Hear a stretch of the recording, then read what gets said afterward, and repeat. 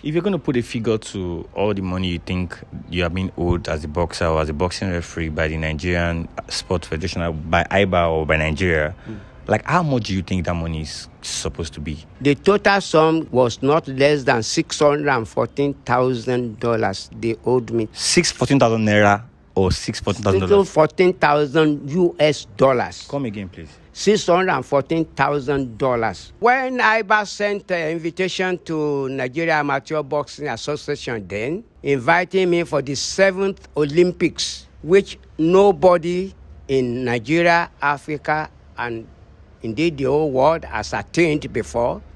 When the letter got to Lagos office, they wrote back that I was dead. Why are they pronouncing you dead or blind at the point of a breakthrough? It's Nigeria syndrome. PhD. Pull him down. Is he the only one? Nigeria first won gold medal in one championship in 1978. There was nobody to receive us at the airport at Yugoslavia. I was declared the best referee of that world championship. Nobody was there to receive us. It started in 1980 during Moscow Olympic Games. Hi guys, I'm Timiagbaje. I'm alive in the city of brown roofs, Ibadan, Oluyole, and I'm with a veteran in the boxing industry. He's a legend, as a matter of fact. He's been a boxer, he's been a boxing referee, and he has traveled around the world. He has seen it all. Daddy, Clearuko, what's your name? Orúkọ mi ni Alàgbà Olóyè Múìlí Adéjàre Òjó. What do people call you, like your nickname? My nickname is Múìlí Òjó. In boxing, they say the rule is the rule. I'm also nicknamed Only God Understands My Life, because He's the one who has been putting me through all the ordeals of life. And He's the one who gave me Psalm 34 verse 19, that many are the afflictions of the righteous, but the Lord saved him in all. That upon all afflictions and oppressions, that I'll be saved. And that's why He saved me from a death threat meted at me in 2002 in Australia during the 7th Olympic Games that could have attended. Who threatened your life? I cannot specifically say, but when IBA sent an invitation to Nigeria Amateur Boxing Association then, inviting me for the 7th Olympics, which nobody in Nigeria, Africa, and indeed the whole world has attained before. When the letter got to Lagos office, they wrote back that I was dead, and they placed the substitution for me. Then when IBA got the something out, they wrote back that it was not the responsibility of any country or continent to nominate, that it was the responsibility of the World Referees and Judges Commission level. But the story came up on the 22nd of September 2000, when they were celebrating the first meeting of the Olympics in Sydney, Australia, when my colleagues who are referee judges were distributing flowers in condolence of remembering Múìlí Òjó, that they came about it, that they heard of my death. Then the Director General of Nigeria National Sports Commission, then Dr. Amos Adamu, came in to tell them that I was not dead. And that was why it was reported on Vanguard by Tony Ubani that the Nigeria Amateur Boxing Association scandal declared living referee dead. I wasn't aware. It was a prayer partner that came in, Pastor Muide, and was saying, Mama Ojo, what that of that killed my friend. Then I jumped out of my bedroom and showed myself. Did you want me killed? So fucking kuni wo babai. Tony Bakinopaku already. They had it over the radio Nigeria that I was dead, and that the wife could not go to school. But ìyàwó one letting sunkún about lọ sílé wọn. Meeting the wife was shocked, meeting a ghost. Consequently, we went to Radio Nigeria Sam Osaiwa was the sports editor of Radio Nigeria then. Well, I went straight to his office. Fortunately, he was the one who read the news that day. And on getting there, I met Adeshina, sports editor of Nigeria Tribune.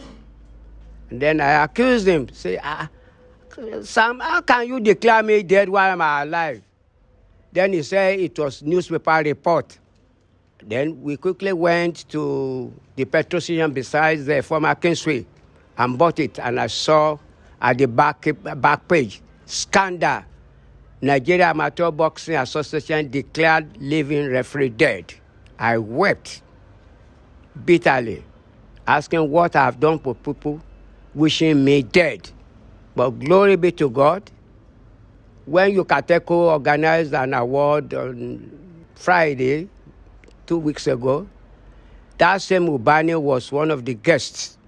And I showed the publication that the man who wrote that I was dead, of what he saw, is also witnessing the fact that after 24 years, that I'm hale and hearty. So it means God is the one who understands my life and who has been preserving my life. Quite deep, very deep. Were there any opportunities that you missed because of that incident? Yes, I missed so many. Because it could have been the 7th Olympics, which nobody had attained in the whole world consecutively.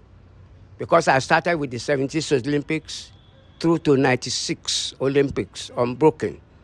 And by the grace of God, there is no other record in the whole world that said somebody officiated to the finals, which is equivalent to gold in officiating, except the 1976 Montreal Olympic Games. I officiated to the finals in all the competitions, which placed me a gold awarding referee in Olympics, World Championships, Commonwealth Games, World Military Games, World Cup, World Championships. The chairman of Referees and Judges Commission of International Boxing Association then was an Egyptian, Professor Osman. The man died, and IBA, the world ruling body, gave Africa to make a substitute to run the term. They met in Togo to find the solution to the nomination. I was told that when they got to the meeting, it was unanimous decision of all the delegates from Africa Boxing Confederation that nobody else could have been put in that stool except one Muilia Dejari Ojo from Nigeria. And it was unanimously accepted. But a Nigerian who went to that meeting said it could have taken place, but Ojo was blind and I could not move from the bedroom to the sitting room. And consequently, one General Mohammed from Egypt was chosen in my replacement. That was one of the things that announcement of death caused. Why are they pronouncing you dead or blind at the point of a breakthrough? Is it a spiritual reason or a physical reason, or is there something that you do that people are envious of, or there's a reason why they are trying to stop you at every point of breakthrough? It's Nigeria syndrome, PhD, pull him down. Is he the only one? Because the consideration for election and selection that time, God, I had the grace that it favors me a lot. Because at the end of every championships or Olympic Games, they will assess all the referees. The first 12 referees are automatic. They have automatic nomination for the next competition. And by the grace of God, I never went beyond number 3 in the whole world. And that's why I was having consecutive invitation. Maybe that was what angered the people and said, is he the only one that is in the whole world? And was maneuvering to get me removed by other sources. But I thank God I overcame. So these incidents that have happened back to back and sporadically and probably consecutively, have they at any point deprived you of your due entitlement as a boxer and as a boxing referee? You remind me of so many ugly things. It started in 1980 during Moscow Olympic Games. That was the second Olympics that I will be invited to. Isaac Akoye was the director of National Sports Commission. And the rules of IBA then, Rule 14B12C, said wherever an international referee judge is invited for any competition, it is obligatory for that country to maintain, sponsor, and activate its welfare program to and fro. But on getting to Moscow, they refused to pay me my ESTA code because they said I was invited by international body. But glory be to God, that was the second achievement I will have in life. Nigeria did not win any gold medal, but it was only Muili Ojo that won a medal for Nigeria in officiating, because I was declared the first Nigerian, the first West African, the first African to referee Olympic Games finals. By IBA's calculation, I won a gold medal in officiating, and that was what Nigeria could be proud of. Up till now, the kit, the allowances not given. And I want to say this with every emphasis, that except when Dr. Adamu went to achieve the mission, I never got my allowances through. Up till now, they owed me so much unpaid, but it was only 2 or 3 times that Amos Adamu was the Director General of National Sports Commission that he got my dues for me, because I paid for my patriotism to Nigeria. Because at all games, all boxing officials should be at the venue of weighing by 6:30 in the morning and will not leave until the bouts scheduled for the day were completed. Some at 11, some 1 o'clock, 2 a.m. that will close. So that did not give me the privilege to go to the Nigerian office to get my pay, because I didn't want Nigeria's chances to get spoiled halfway through my leaving the place. Even when we went to Canada, the Director General then, Shehu, was the Director General. I was the one piloting because they ostracized him. Getting back, he said I should not be paid. So they owe me so much money, except when Adamu was the chef de mission that paid me. Even when Dr. Asiga was the minister, because I refereed this football match when he was playing. He said they should even give me additional $2,500 for my achievement.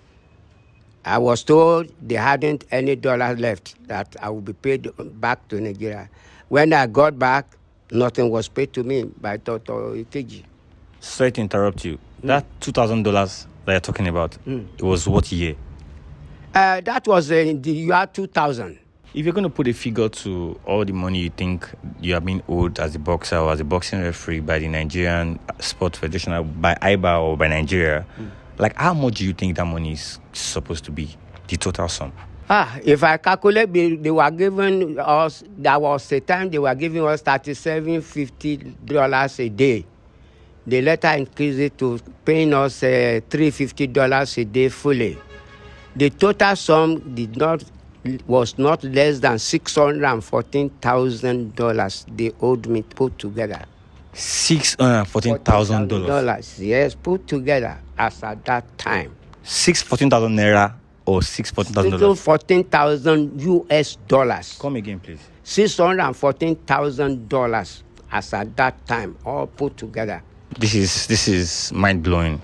By calculation of today's currency exchange, I don't even think I have the confidence to pronounce the money in naira today. $614,000 will liberate so Maybe many. I will tell you this. The last one we went in 2006. I was then invited as a jury, which is more higher than a referee. I took Abu Kegbe there. Me and Abu Kegbe were not paid. General Yeni went to the minister and blackmailed us a great deal. It was published in the papers because it was struggling to get into IBA by all means. And I thank God, with all those areas not paid, I'm living a comfortable life. How did you get money to be able to self-fund yourself as far back as the 90s and the 2000s? I give glory to God that I have a supportive wife and my children. You can see one of them is there. Anytime I needed something, they rise up to the task. I remember vividly in 1968 when I was to go for a course in Zambia, administration, management, and officiating. They said anybody who wanted to go must pay his fare and be responsible for himself. Why? Because the former chairman then had gone two times, and he failed. And he wanted to go the third time. And the chairman of Western State Boxing Association, then Justice Soyeka, is still living, said no, it was Ojo's turn. Then he used his veto power as chairman then, that whoever wanted to go for that course will fend for himself.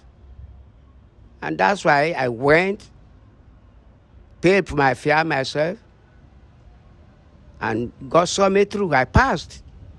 So it was there I first got my IBA judge. But I must say, in essence, that some past chairmen have tried a lot. People like Samuel Ogbemodia, people like Ajonote, even my son, Lucky Benedon, also did his best. Nigeria first won gold medal in one championship in 1978. There was nobody to receive us at the airport at Yugoslavia. I was declared the best referee of that world championship. Nobody was there to receive us. No incentive for past leaders or people who have participated. They leave them to die in penury.